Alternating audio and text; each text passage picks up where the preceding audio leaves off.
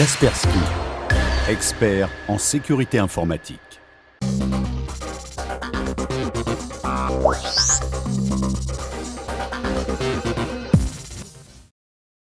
Bonjour à tous, bienvenue sur la chaîne techno.com et bienvenue dans ce nouveau numéro de Cybercrime. Cybercrime, c'est toutes les 2 semaines, toute l'actualité de la cybercriminalité.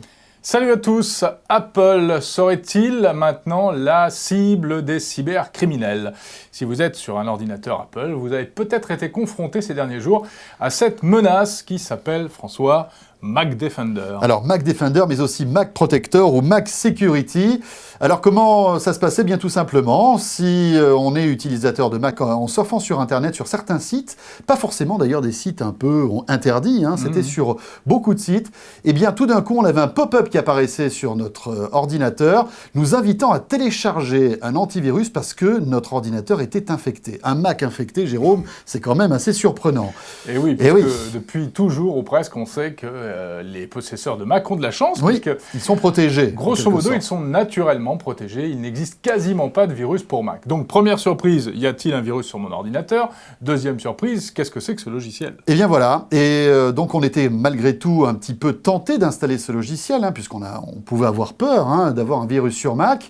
Eh bien, c'est là que commençait l'arnaque. En fait, en installant ce logiciel, on vous demandait un numéro de carte bancaire pour valider ce logiciel. Ce logiciel ne sert à rien. C'était tout simplement pour récupérer vos coordonnées bancaires pour après utiliser votre numéro de carte. Voilà, encore une arnaque. Voilà, et c'est une arnaque, somme toute, assez classique, un procédé qu'on voit régulièrement. La seule nouveauté, c'est donc qu'il s'attaquait spécifiquement au Mac. Alors, la surprise, et on va dire le deuxième effet qui se coule de cette affaire, c'est un petit peu la réaction d'Apple qui a été assez surprenante, François. Mais qui a été...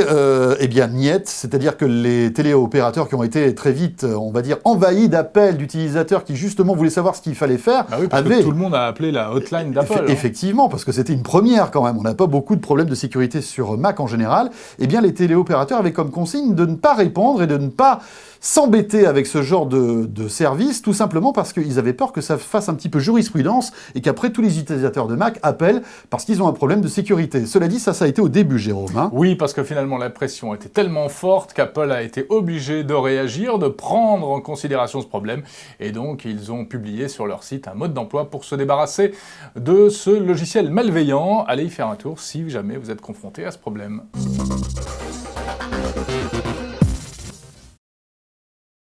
Merci d'être avec nous. C'est Cybercrime sur la chaîne techno.com. Et dans la famille des hackers, après Anonymous, Jérôme, j'aimerais tirer la carte des lulzsec, c'est comme ça qu'on les appelle? Les lulzsec, oui, c'est le nouveau groupe de hackers qui fait parler de lui en ce moment. Lulz, c'est la version un peu hard de LOL. Et sec, ça fait pas ça, tiens, tu m'apprends quelque chose là. Ouais. Eh bien, ce sont des hackers, on va dire, à l'ancienne. Vintage. Presque, voilà. Contrairement ils vous piratent avec le Minitel, en fait. Non, pas du tout. Ils sont très, très calés au niveau informatique, mais ils font ça non plus pour des raisons politiques, comme Anonymous, ou pour des raisons économiques et financières, comme les vrais cybercriminels. Eux, apparemment, ils font ça pour le fun, pour s'amuser, et aussi pour mettre à l'épreuve les systèmes de sécurité. Cela dit, comme tu le disais, ils font ça aussi pour informer les organismes ou les constructeurs qu'ils visent qu'il y a un problème de sécurité. C'est-à-dire qu'à aucun moment, ils vont communiquer les informations qu'ils ont récoltées, on va dire, à tout l'Internet ou à des personnes malveillantes. Ce ne sont pas des méchants, Ce ne sont pas des méchants. Et ils se sont attaqués à qui? Eh bien, encore une fois, aux constructeurs de consoles de jeux, et à commencer par, écoutez, un habitué, Sony. C'est vrai que Sony, c'est un peu dur. 17 attaques. Sony a essuyé récemment pas moins de 17 attaques. Sony et également Nintendo ont donc fait les frais de ce nouveau groupe de hackers. Alors, pourquoi l'industrie du jeu vidéo est-elle attaquée? Quelles conséquences pratiques? C'est la question que nous avons posée à un éminent spécialiste de la sécurité informatique. C'est Nicolas Arpagian. Sony, dès lors qu'il est amené à exploiter des données bancaires, devait obtenir une labellisation, une norme qui s'appelle notamment PCI DSS. C'est un peu curieux parce qu'effectivement, il semblerait que les cahiers des charges techniques n'aient pas été respectés. D'ailleurs, pour l'anecdote, Sony a recruté un responsable sécurité des systèmes d'information à l'issue de l'attaque. Donc ça prouve bien que cette activité de la sécurité n'était pas totalement prise en compte au sein de cette organisation.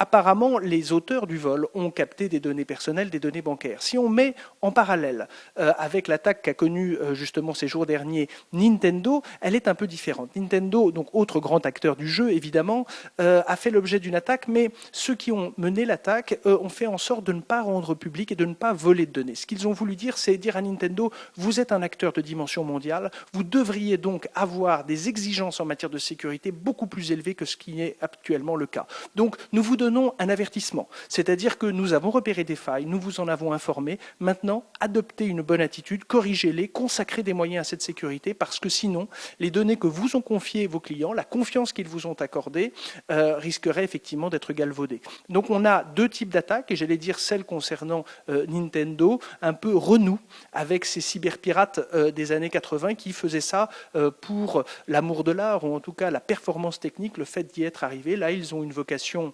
pédagogique, d'essayer de dire à monsieur Nintendo, maintenant, prenez vos responsabilités, on vous confie de l'argent, on vous confie des données, vous devez les protéger. Ces actifs ont une vraie valeur.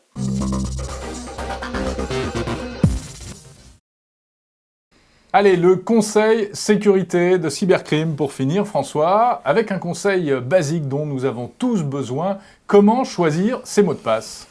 Ma date de naissance ? C'est un très mauvais mot de passe. Zut, le prénom de ma maman ? Non, alors vous le savez, pas de date de naissance, pas de prénom de proche, pas de prénom du chien, pas d'anniversaire, etc. Ça, c'est le mot de passe le plus facile à découvrir, évidemment. Et pourtant, c'est tentant, hein, Jérôme, parce que c'est effectivement les premiers mots de passe qui vont nous venir à l'esprit et dont on va se souvenir surtout. Bien sûr, mais il y a une technique assez pratique. Ça consiste tout simplement à prendre une phrase dont vous allez extraire la première lettre de chaque mot. D'accord. Et là, c'est plutôt pas mal. Alors, par exemple, une phrase, je sais pas, les 3 petits cochons mangent 7 saucisses. Ah oui. Donc, ça vous Ils sont fait... violents quand même entre eux, hein. C'est vrai. Ouais. On aurait pu trouver autre chose, ou 7 salades. Et vous prenez la première lettre de chaque mot. De chaque mot. Ça D'accord. vous fait des lettres, des chiffres, et ça vous fait une belle combinaison. C'est Oui. pratique. Et puis ce qui nous permet de noter en fait cette phrase quelque part. Oui. Tout ce dont il faut se souvenir, en fait, c'est qu'il faut prendre la première lettre de chaque mot. Voilà. Et puis, autre conseil, Jérôme, important, éviter d'avoir le même mot de passe pour tous ces comptes, que ce Bien soit sûr. mail, banque, etc. Hein. Essayez d'en avoir un maximum. Et oui, parce que sinon, si quelqu'un trouve une fois votre mot de passe, il pourra ensuite se connecter à tous vos comptes très facilement, puisque ce sera le même. Alors, ce qu'on peut faire également aussi, c'est avoir des familles de mots de passe, c'est-à-dire un mot de passe très compliqué pour les choses très importantes comme la banque, etc. Et puis, plus on va vers les sujets les moins importants, les forums de discussion sur Internet, etc. Là, vous pouvez prendre le même mot de passe qui sera plus simple. Voilà, mais très important, hein, ne pas choisir son mot de passe comme ça à la légère. Et non. Voilà, ce Cybercrime est terminé. Merci de nous avoir suivis comme toutes les 2 semaines sur la chaîne techno.com et on se retrouve encore une fois avec toute l'actualité de la cybercriminalité. Ce sera dans 15 jours. Salut à tous. Ciao, bye bye, à bientôt.